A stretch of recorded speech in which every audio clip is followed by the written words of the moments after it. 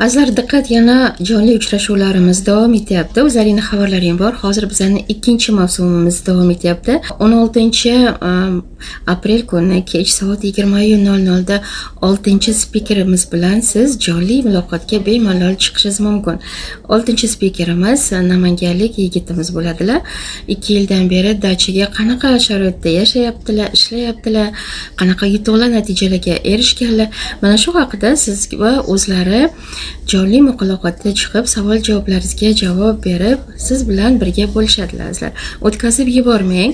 Xudo xohlasa, mana shu haftaning o'rtasiga yana ish yuzasidan mana o'zim siz bilan yana jonli efirga chiqamiz. Chunki anchagina hozir ish o'rinlarimiz ochilgan, yopishga hali ulgurmayapmiz, chunki bizga kerakli insonlar topilmayapti. Albatta, sizning orangizdan shunaqa insonlarni topib olish bizda imkoniyati yaqin o'rtada bo'ladi, azizlarim. Sog' bo'ling, omon bo'ling. O'tkazib yubormang jonli efirlar. Assalomu alaykum hurmatli hamyurtlar, gruppadagilar. Men bundan 2 yil oldin Sayyora Sadaf firmasiga onlayn zaявка topshirib, shu dachaga ishga joylashganman. Bu dachada asosan qiladigan ishlarimiz shu yozda gazonlarni uriladi, suv qo'yiladi, daraxt-barxtlarga qarab shu milk remontlarni qilib yuriladi.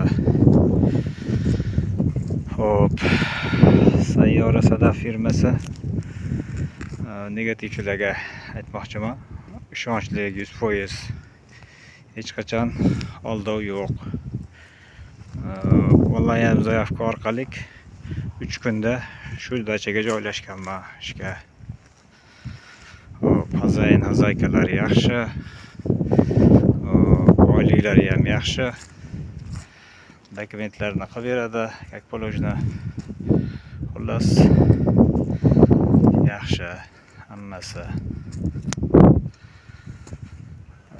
Sayyora Sadaf firmasiga katta rahmat aytaman. Doim sog' bo'lsin, ishlariga omad.